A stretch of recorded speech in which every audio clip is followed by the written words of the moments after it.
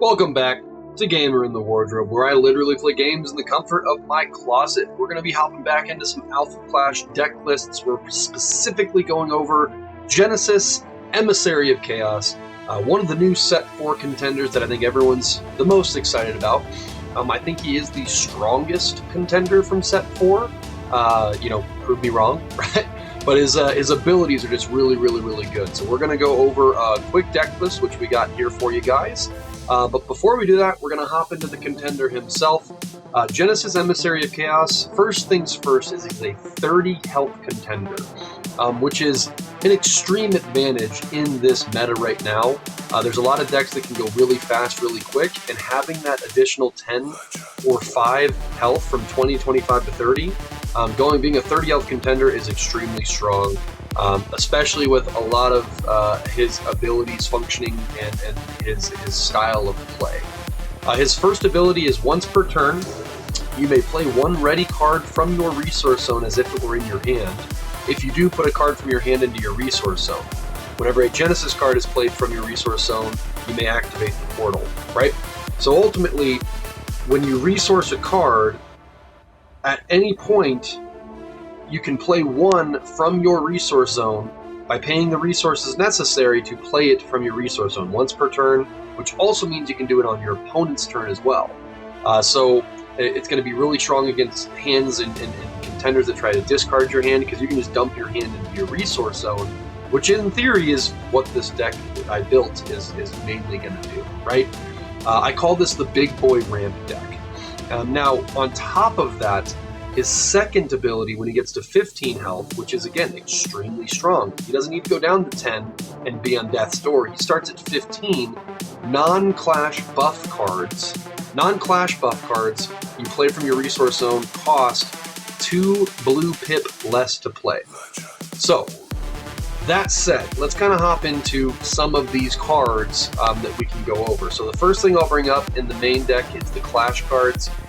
This is a common Genesis card from Set 4, Changing Plans. So again, the Genesis card I just talked about, the contender, at 15 or less health, non-clash buff cards played from your resource zone cost 2 less green pip to play.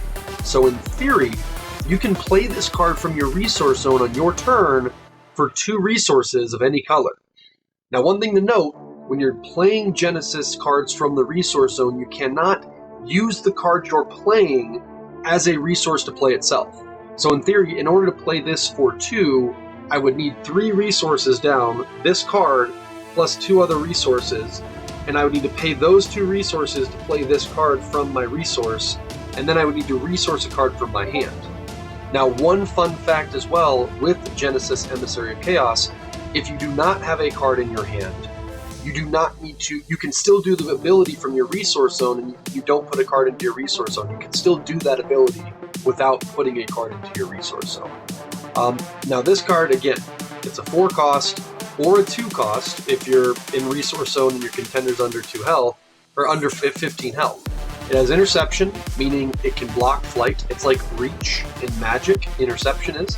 And it has trigger defeat. When this card is defeated, put it back into your resource zone engaged. It's a 4/2 attack as well, and it's a Harbinger. So ultimately, you play this card out, you swing with it, you kill something with it, it gets defeated some way, shape, or form, and it just goes right back into your resource zone and can be played again the next turn or used to play something bigger. So really strong card. I'm surprised this card is only a common, because it's almost a staple in every single deck. Now, part of the reason I went red-blue with Genesis was because of the Genesis, the Adaptable. A, it's the Team Covenant promo card, so it has different artwork, special artwork. It's not this artwork. And then B, usually when you have a card that is synced up with the bound ability, you try to have fun with it. So that was kind of the idea around it. Red, blue, 5-drop, 5/5.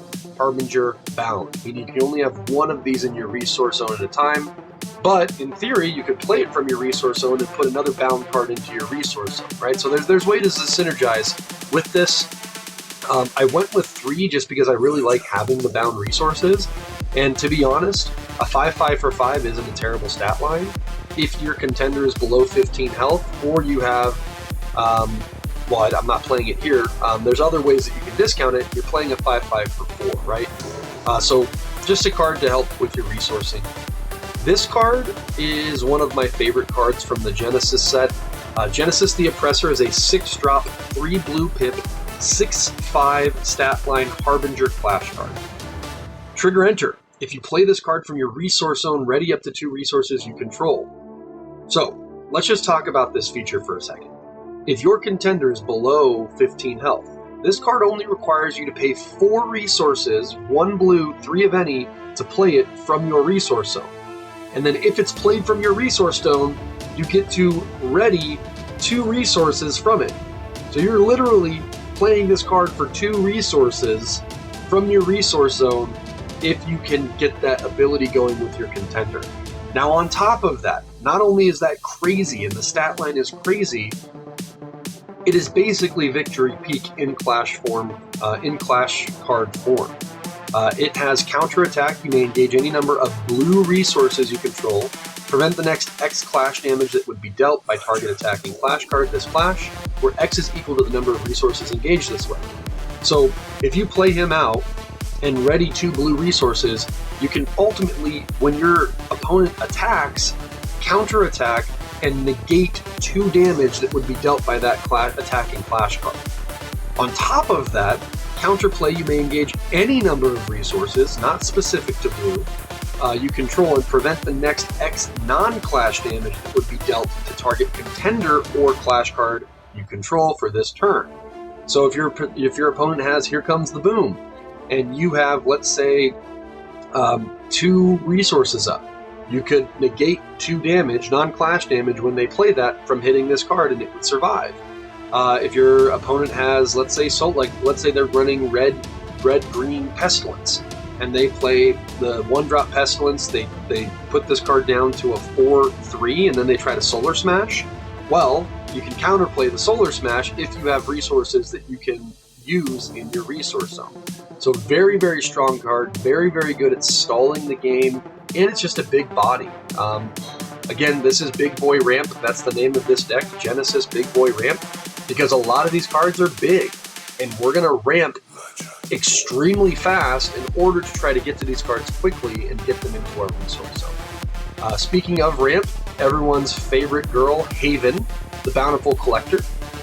It's a 2-drop, 1/2. When you play her, you can resource a card from your hand engaged. And then she has a trigger defeat where you can pull out an accessory, a non-trap accessory from your Oblivion. I don't think we run any accessories in this deck. Let me just double check. Yeah, we don't. So second ability is not wildly relevant, but ultimately turn 2, you play this.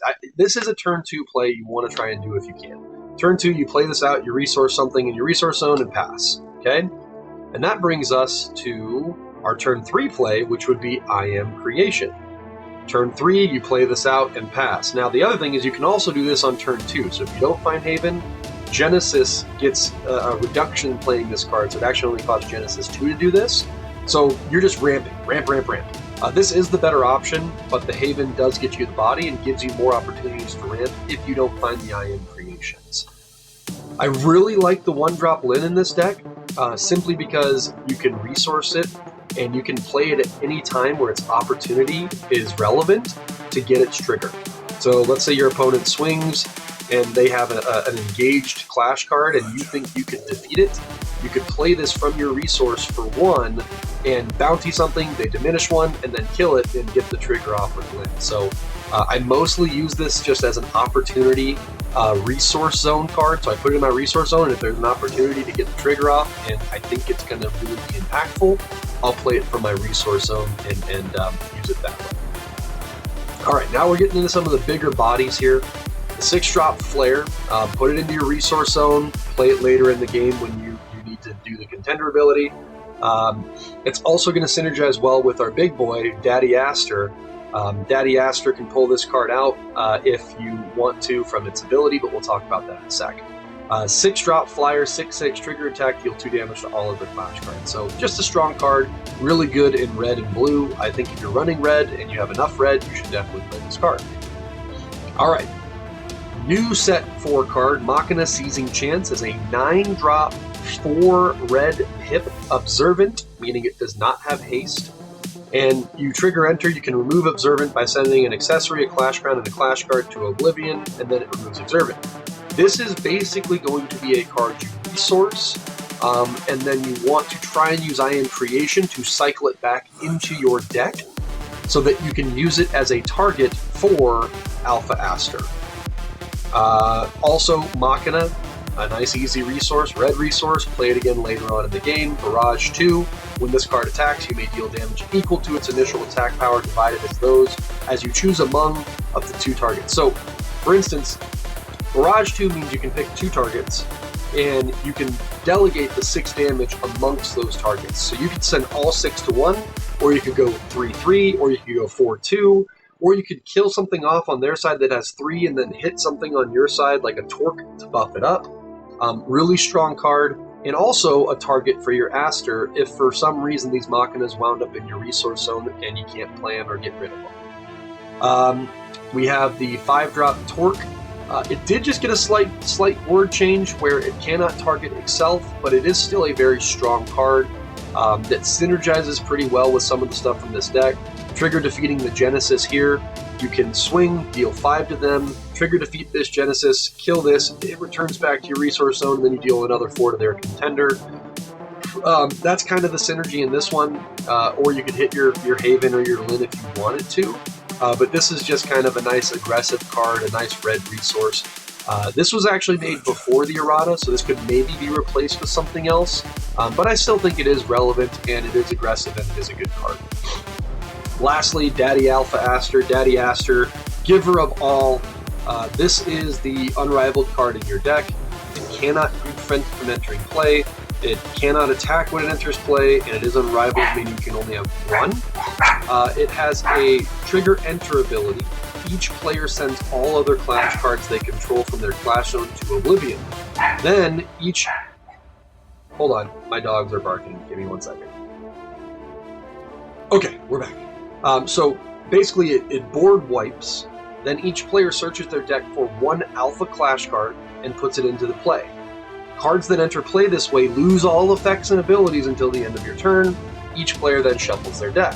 So you ramp up extremely quickly. This is a black card, but since it doesn't require any specific pips, you can pay 8 of any resource to play it. You play this card out, and then you go and find your Machinas, or specifically this Machina, because it enters play and loses all effects and abilities. So it enters play as a 10-10 card with haste. That's going to be tough for your opponent to deal with, because it's not going to have Observant if it enters through the Alpha Aster summon, right? So the goal is to ramp up extremely quickly, find Alpha Aster, play it, get that Machina on board, get something big on board, and then have your opponent deal with it. In a lot of circumstances too, your opponent can go wide and hit you and get you to 15, and then this again board wipes. And most people aren't running the 9-drop Machina, so when they bring out a Clash card, let's say they do have an Alpha hypothetically, it's probably not going to be as big as this Machina, so they're going to have to block or take 10 to the face, right? So that's kind of the combo and the tech of this deck. You have some big bodies, you ramp up really quickly to get to the big bodies, and then you drop Alpha Aster and board wipe everything and go from there. Now, some of the actions that are going to help support you with this. First, we'll talk about Alternative Strike, just because I think there's going to be a lot of accessories in this game that can potentially prevent you from doing things. Alternative Strike, if the portal is open, deal 2 damage to target contender or Clash card and send non-trap accessory to Oblivion.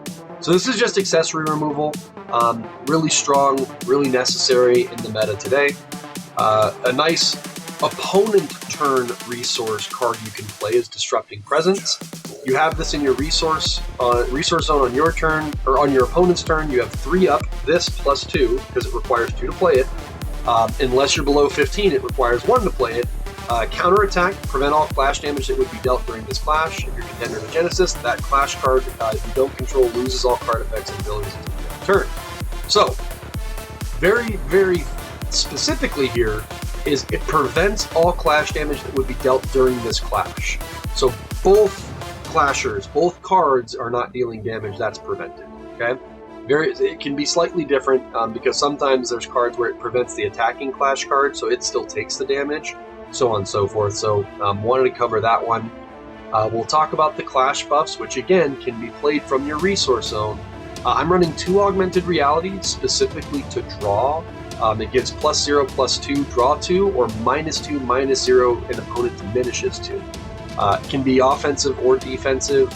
If you want to stall the game a little bit longer while you ramp and they have a bunch of cards on board, you can totally negate their whole turn by giving all of their cards -2 -0. Sadistic Strategy is a new card. This one is during Clash. It's a Clash buff, costs 2 resources. Put target attacking or obstructing Clash card into its owner's resource zone engaged. So kind of a unique situation here. Let's say you have this up in your resource zone at your opponent's turn, and they play out the 6-drop Flare for all 6 of their resources. And it's like, well, crap, like that's a pretty strong card. Well, you can completely mess them up because when they swing, you can just play Sadistic Strategy, send that into their resource zone, and then their turn's over. And they're completely left wide open. Subsequently, if there's an exchange where it's not going to benefit you, you can play this to send your own card to your resource zone and continue to ramp. So very flexible card. A lot of flexibility in this deck when it comes to the actions, which I enjoy. We'll talk about I Am Creation, then Shocking Revelation. I Am Creation is a key card in this deck. It only costs 2 resources because you're playing Genesis. And you put the top card of your deck into your resource zone engaged. And then here's the big one. If the portal is open, which you can do by either paying for it or playing a Genesis card from your Oblivion, you can activate the portal. If the portal is open, put up the 3 cards from your resource zone at the bottom of your deck, then put that many cards from the top of your deck into your resource zone. So let's say hypothetically you hit all of the big cards and you have nothing else to resource in order to sustain, and you have 2 of those 9-drop Machinas in your resource zone, right? Well, you open the portal and play this card, you can put those 2 Machinas back into your deck to give Alpha Aster a target, and then flop the next 2 or 3 cards, whatever you want, from your deck into the engaged resource, or engaged into the resource zone. So this card is really, really cool and works really, really well with this deck because it allows you to continue to put the cards that you're searching for into your deck with your Alpha Aster.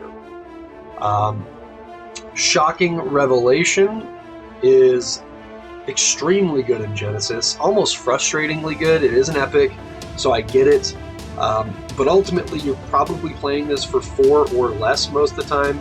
It gets 1 less blue for each card your opponent has over 5. So if they have 6 cards, it's 5. If they have 7 cards, it's 4. If they have 8 cards, it's 3 to play. It can't go below 3. But also, if your contender's below 15 health, this card already only costs 4 because you get to do 2 less blue pips when you're playing cards. So, extremely strong card. You get to look at your opponent's hand. Already extremely good. Then you get to choose 1 card from their hand and place it at the bottom of their deck. Extremely good. It doesn't even go into Oblivion. Then, the opponent sends Clash cards they control to Oblivion until they control Clash cards equal to the amount of Clash cards you control. So since we're doing Big Boy Ramp here, a lot of times our opponent's going to have more Clash cards on the field than us. Sometimes we're not going to have any until turn 4 or 5. So if I can play this on turn 4 or 5, and they have 3 or 4 Clash cards out there, and I get to discard a card from their hand, well, that's a pretty big tempo swing.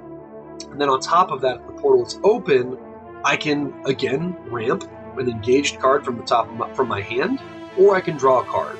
So this card is just absolutely stellar. It's extremely strong, and it really, really can get you out of some pinches, which you're going to need. If you are playing an aggro deck, you're going to need to find this card and really put your opponent into the blender by getting rid of all the cards they just played out. Lastly, our Clash Ground, we're only running 4, and it's somewhere in San Francisco. We want to get a couple more red resources so that we can play some red from our resource zone and from our hand. But on top of that, you're a 30 health contender in a 1-0. So and you don't mind taking damage early because you want to get below 15. So this turns your both contenders into a +1/+0 contender. And then on top of that, when this leaves play, you get to draw a card. So it gives you a draw. It makes you a 2/0 30 health contender, which in my opinion is very, very strong. So that is Big Boy, Big Daddy Ramp. I'm going to zoom this out, so zoom it in.